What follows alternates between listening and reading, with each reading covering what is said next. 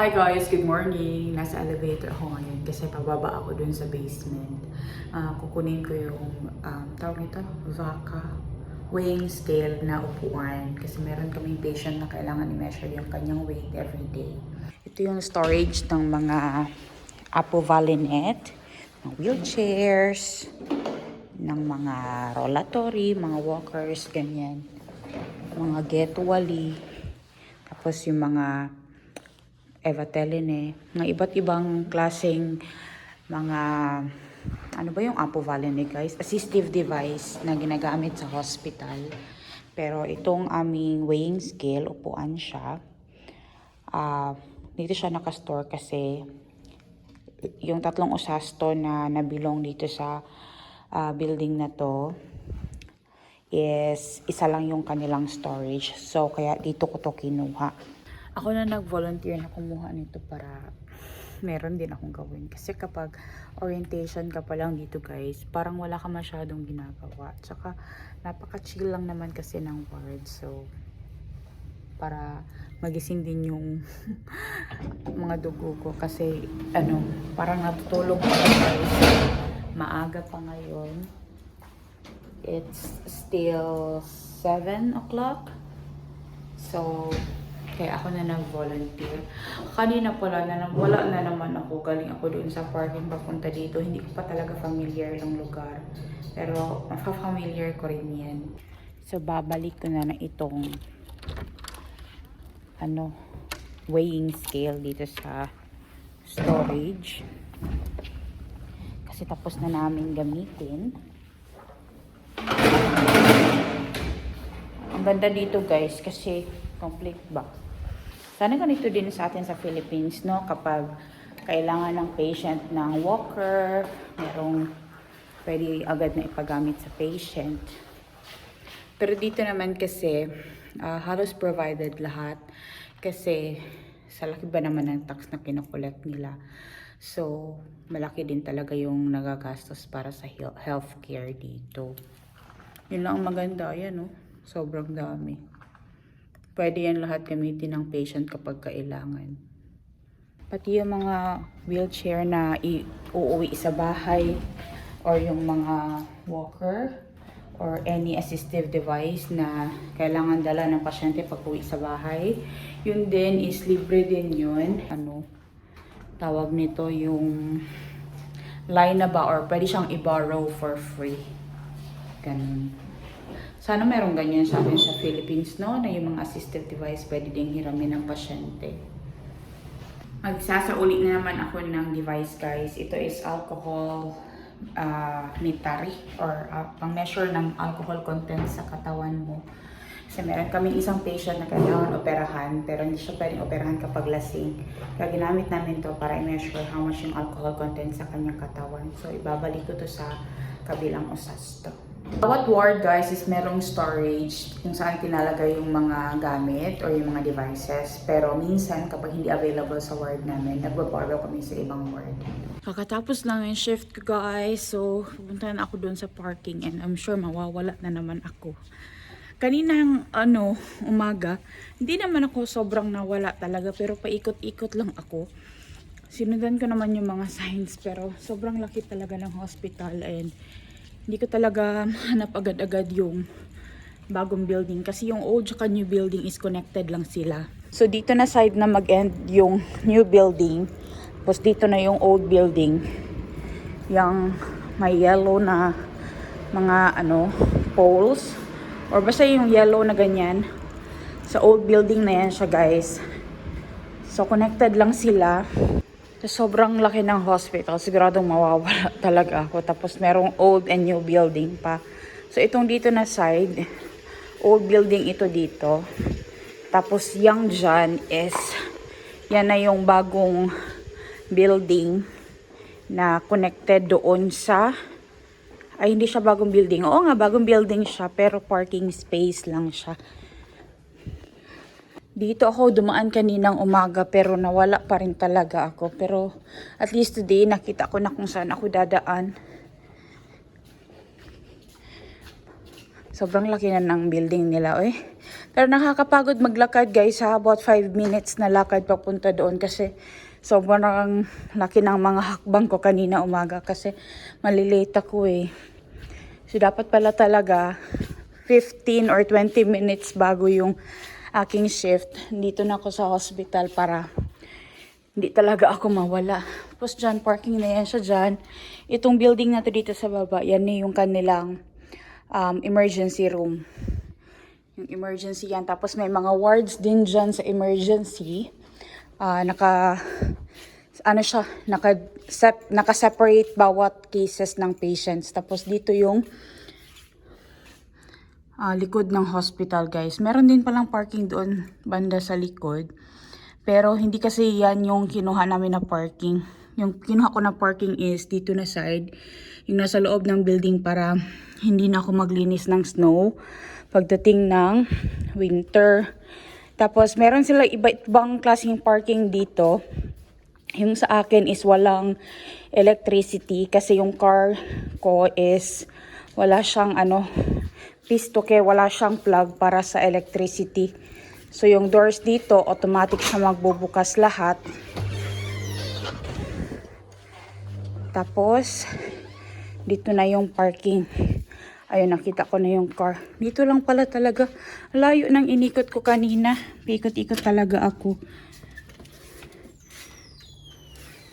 So ito na yung parking, guys. Wala ditong plug. Usually kapag dito sa Finland may plug yung mga parking, pero dito wala na side. Kasi yung car ko naman hindi siya kailangan ng electricity during winter. Meron siyang Webasto, iba yung kanyang heating system ba. So dito ako nag-park and uwi na ako ng bahay. Pagod ako ngayon, guys. Hi guys, good morning. Day off ko ngayon and nagda-drive ako. Papunta ako ng Castari. Pero si Nico din, papunta din siya ng Castari. Pero yung gamit niya is yung tractor. Pinauna ko siya kasi medyo mabagal tumakbo yung tractor. And mas mabilis naman talaga kapag sasakyan. Kasi parang 60 or 50 lang yata yung bilis ng takbo ng tractor. Hindi ko sure, guys. Pero pinauna ko na siya. Pero naabutan ko pa rin siya dito sa highway. So paikot na siya ngayon sa Castari. So ayun si Nico, guys. Naka-tractor siya. Nasa harapan ko na siya now. Akala ko mauuna siya sa akin. Pero since mabagal nga yung takbo niya kasi tractor nga hindi talaga pwede mag-overspeed dito sa Finland. Naabutan ko pa rin siya sa daan. So tatakbo na lang ako dito sa likod niya. Hindi na lang ako mag-overtake sa kanya kasi same direction lang naman yung pupuntahan namin. Kung meron man sasakyan na gustong overtake sa akin, it's okay. Pero dito na lang ako sa likod ni Nico tatakbo. Mabagal lang yung takbo ko para sabay-sabay na kami makarating doon sa Castari.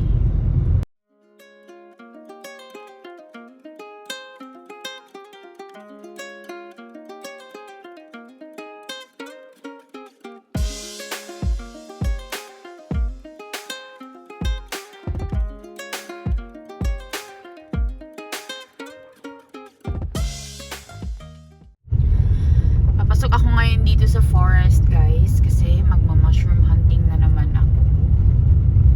Susulitin ko yung aking day off. Yung blueberry, saka na ako mag-pick kasi marami pa naman masyadong blueberries ngayon. Tsaka sobrang dami naming berries sa bahay na. So itong mushroom, guys, sobrang madalang lang ito and hindi ito everywhere na kukuha. Sa bahay may din, blueberries din doon. Pero itong mushrooms talaga pambihira talaga siya, guys. Meron lang mga particular area kung saan tumutubo itong mga mushrooms. Kaya bago pa may makakuha sa kanila, uunahan ko na. So pumapasok ako ngayon dito sa forest. And doon pa sa pinakadulo may stable din dito, guys. Sobrang ganda ng kanilang stable dito. Ako lang mag-isa nagpunta kasi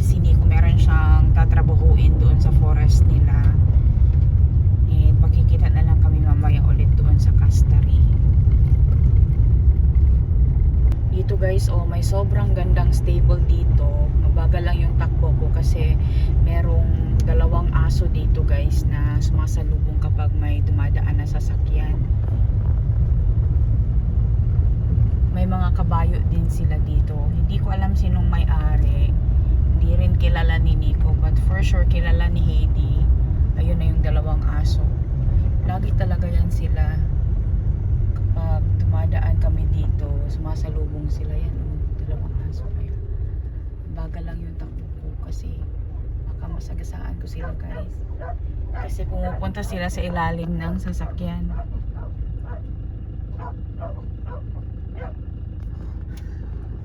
Yung mga aso na talaga na yun, ano talaga sila ba? Sumusunod sila. Kaya natatakot ako baka masagasaan ko sila. Mas importante pa naman ang aso dito kaysa sa tao, guys. Sobrang mahal nila yung mga animals nila. Kaya halos dito sa Finland, konti lang ang kids. Mas pinipili nila na mag-alaga ng aso or ng mga pets compare sa bata. Kaya hindi talaga tumataas yung population dito sa Finland. Laging nasa 5 million lang yan. Tumataas man pero nadadagdagan siguro ng mga foreigners. Pero pag mga Finns, madalang sa kanila, guys, ang magkaroon ng kids. Kasi one is between 0 to 1 lang or 1.5 lang. Kasi ayaw nilang mag-alaga ng bata. Kasi mahirap magpalaki ng bata, guys, magastos. Iniiwasan nila yun. Pero pag aso, at least diba, low maintenance lang. High maintenance din siya, pero hindi siya kagaya sa tao. Ganon yung nila. Ayaw nila ng dumami siguro talaga yung population nila. So, dito na ako sa forest, guys. Dito na site, i-check ko rin. Kasi nung last time nagpunta ako dito, meron ako mga nakitang mushrooms dito sa side lang ng road. So, i-check ko rin yung side ng road today. Baka meron akong makitang mushrooms dito. Kalimutan ko pala magdala ng mosquito spray. Sana wala masyadong maraming lamok ngayon. Pero medyo malamig naman. Para hindi ako pagkakakainin ng lamok, guys. So, meron din ako nakitang sasakyan doon sa taas. Meron din ibang tao dito ngayon sa forest. And may mga nakita na akong mushrooms, yung mga bullets. Guys, ito yung mga tati. Yung mga birch bullet mushrooms. Pero, hindi ko kasi gusto yung lasa niyan. Kaya hindi ako nangunguha niyan. Yung pinaka-favorite ko talaga is yung chanterelles and yung Sopilovaha vero. So, yun yung tatry kong hanapin today. And dito nga, meron na akong nakita. Yan, guys,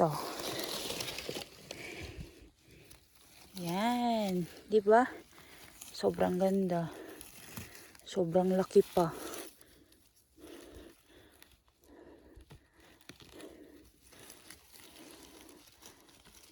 Yan, diba? Yan yung kanyang mycelium, guys, So, para next time merong tumubo, tatakpan yan siya. Ting hakbang lang, guys. Meron na naman akong nakita.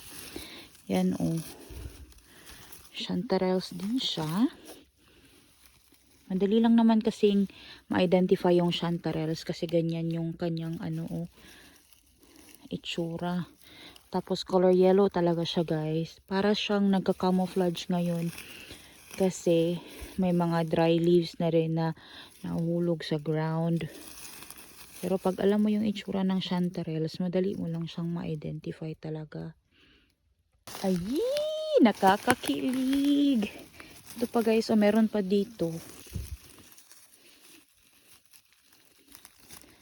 Yan. Yan, sobrang daming mycelium, guys. Kaya yung mga moss, i-open mo siya, tapos makikita mo yung mushroom doon sa loob. Sobrang kapal ng mycelium, Tapos, i-cover mo yan siya ulit para may tumubo. Diba? Sobrang lalaki nito. Diba, guys? Sobrang dami niyan, Tapos, meron pa ditong dalawang maliliit. So, kunin ko na lang din sila. Tapos, ito pa dito meron pa.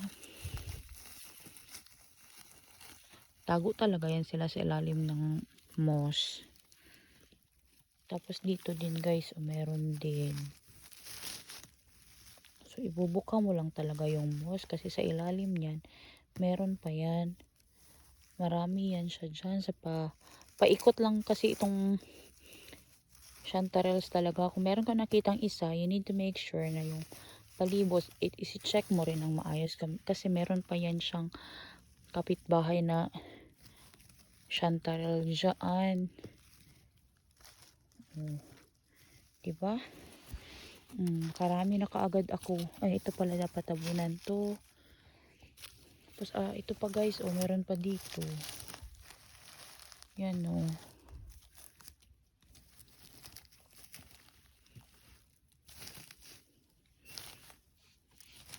diba?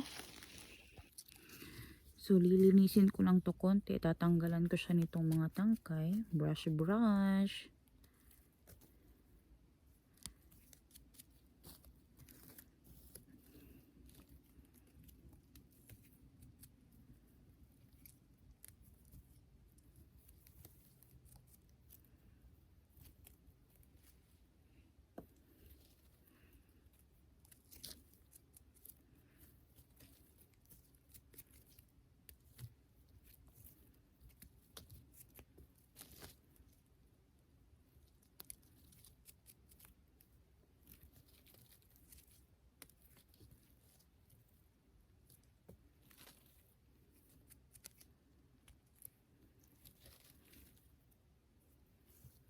Yan, sobrang dami nito guys. Diba?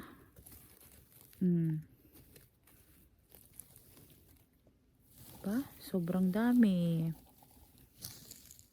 Dito lang din sa unahan, meron pa ako nakitang isa. Kailangan talaga kapag naghunt ng chanterelles, i-check mo talaga yung lahat ng lugar. Tapos, lakihan mo yung mata mo para makita mo talaga lahat-lahat. Uy, meron pa pala dito. Sa gilid lang ng aking basket. So, siya nakita agad. Yan, diba? Sobrang ganda, guys. First class mushroom ito. This is very expensive. Ang ganda. Sobrang ganda. Meron pa dito pala, Hindi ko siya nakita.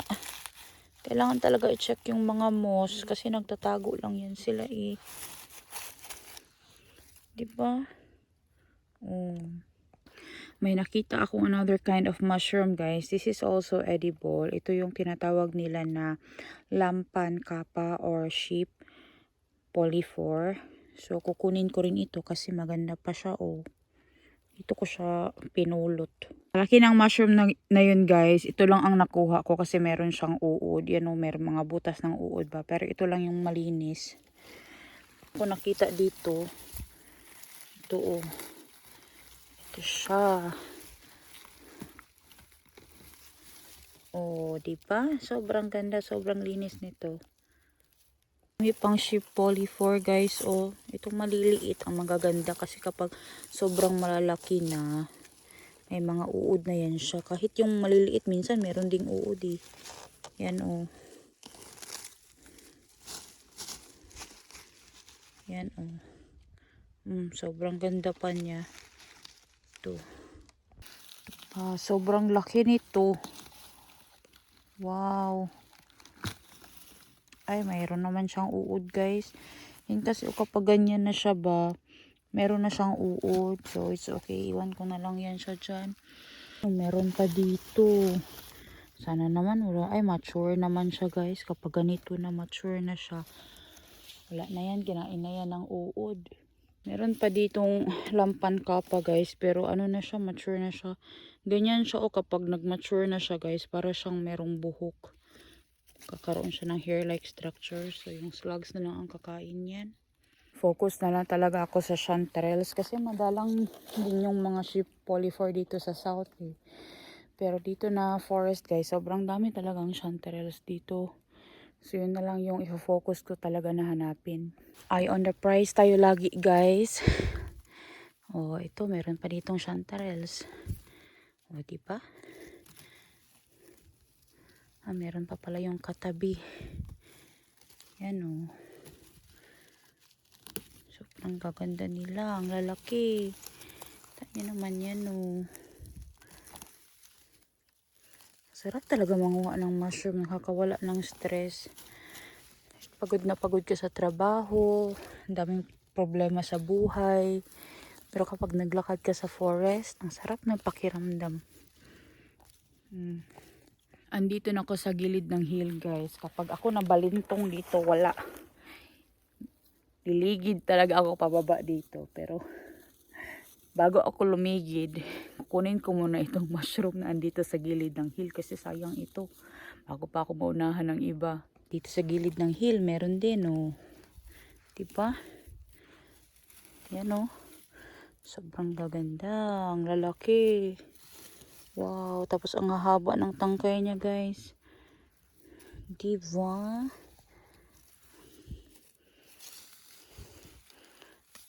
Oh. Yan.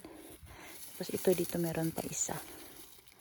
Meron pa siguro itong kapitbahay dito na nakikichismis din. Saan yung mga ibang kapitbahay mo? Kailangan lang talaga i-open yung mga mata ba para makita saan sila nagtatago. Ang laki, guys. Sobra. Meron pa dito isa. Ay, dalawa yata ito. Yan, oh. Meron pa yun isa. Yan. Ay, maliit. Yan, naputol. Sige lang. Dito pa rin ako sa bakilid, guys. Oh my God. Nakakatakot ha kasi bakilid. Pero okay lang. Hindi naman talaga siya sobrang bakilid. Meron pang isa dito nagtatago. Yan, oh. Wala talaga kayong kawala sa akin. Makukuha at makukuha ko talaga kayo. Yan, oh. Sobrang laki na nakita kong chanterelles. Ayan, oh. Yan, oh. Sobrang lalaki. Dalawa.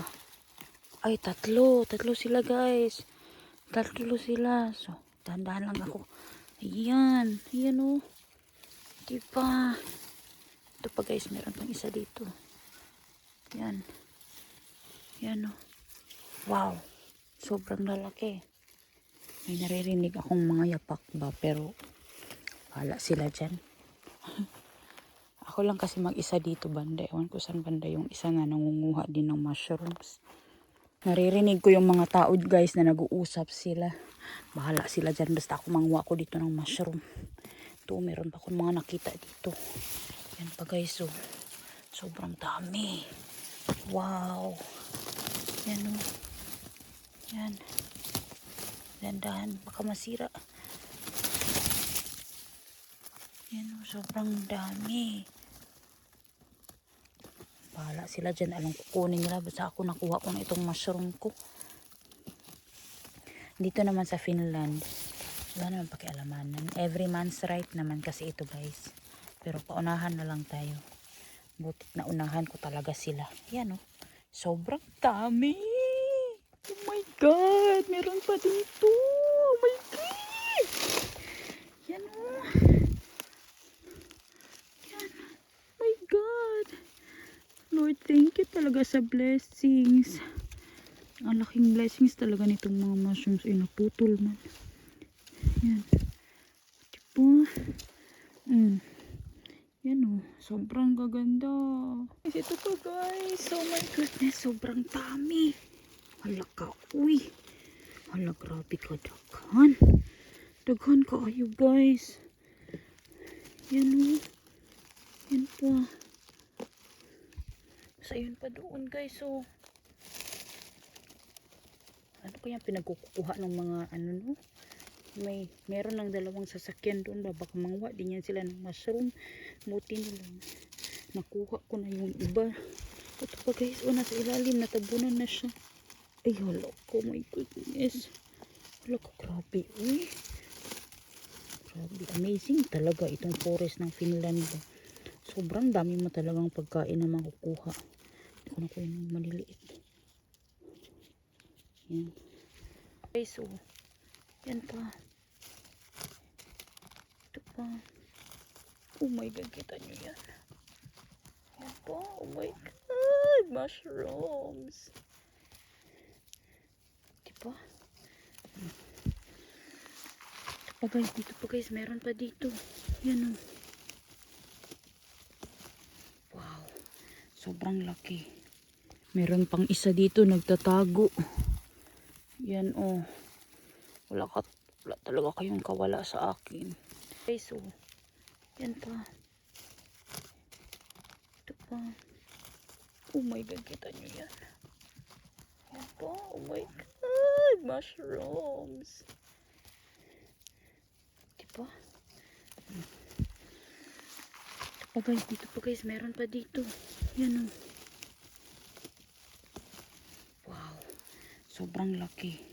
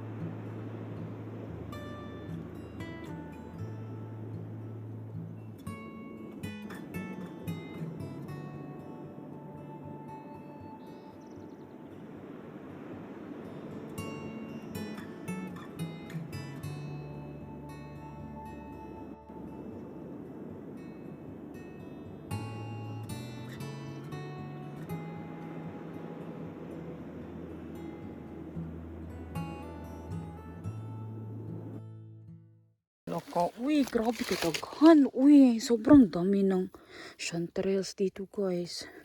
Yan o. Ito pa dito. Hala, uy, saan-saan lang talaga sila tumutubo. Yan o. Wow. Wow, sobrang laki. Wow, sobrang ganda. Oh my God. Tingnan nyo yan, guys. Diba? Oh. Sobrang gaganda. Wala, uy. Tingnan nyo to. Ito siya, oh. Tumubo siya dito sa ilalim ng stem. Yan, oh. Diba? Thank you, Lord, for this blessing. Oh. Sobrang linis niya, guys. Sobrang ganda.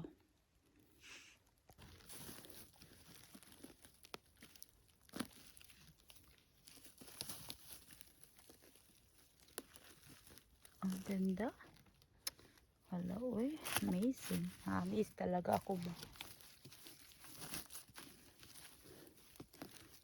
Lumabas na ako dun sa forest, guys, kasi umuulan na. So, babalik na ako ng Castare. Tapos susunduin ko si Nika. Tapos so, ikaw ng bahay para mag-lunch. Papakita ko sa inyo mamaya yung mga naharbat ko dito sa loob ng forest. Hi guys, sobrang dilim. Yeah. Hey, andito na kami ngayon sa bahay and madilim na. Sobrang late ko na nag-continue ng vlog for today kasi nga nagpahinga ako and pumunta din kami ng Bauhaus. Hindi na namin kayo sinama kasi bumili lang naman kami ng pintura. Kahapon guys, pinick up ni Nico yung mga red currants doon sa yard namin. So ito na siya. Yan. Tapos, ang gagawin dito is gagawin itong juice ni Nico. Ganito yung traditional na juicer ng mga Finns. Ang tawag nila dito is Mehu Maya. So, meron siyang 3 layers. Yung bottom part, meron siyang water. Tapos, yung gitna is meron siyang parang funnel na ganyan.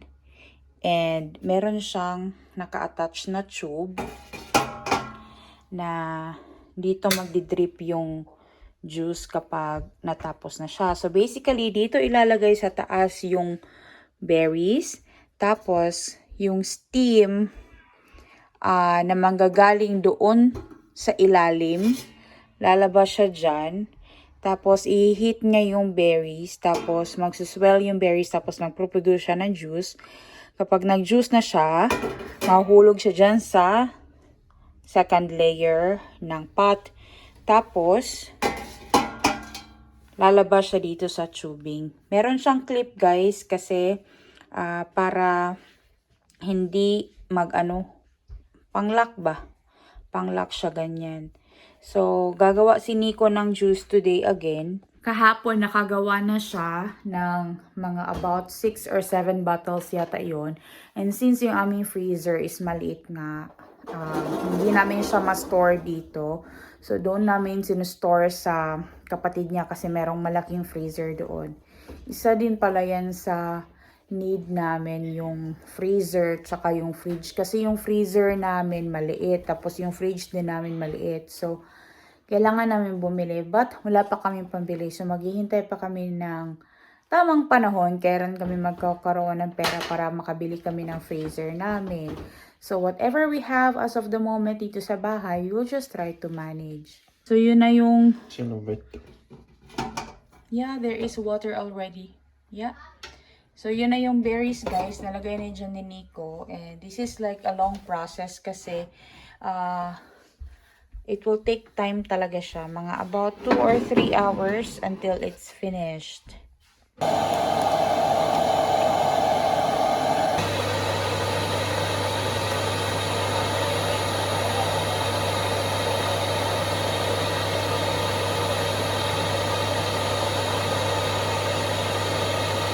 Ito na yung mga nakuha ko na chanterelles today, guys. Yan o, sobrang dami nila. And yung aking blueberries, o diba? Sobrang laking tipid nito. And bukas ko natatanggalin yung kanyang water content para ma-store ko sa freezer. Nanguha din ako ng konting blueberries kanina, guys, para i-store dito sa bahay and ilagay doon sa aming porridge. Meron siyang halo na pauloka. Ito yung pauloka or lingonberry. Okay lang, hindi ko na yan siya tatanggalin kasi para dito lang naman to sa bahay. Maganda din itong pauloka para sa smoothie. So, meron na siyang halong konti na pauloka or lingonberry. Ang lalaki ng blueberries na nakuha ko doon, sobrang tamis nila. Hindi na ako kumuha ng marami kasi umulan na nga.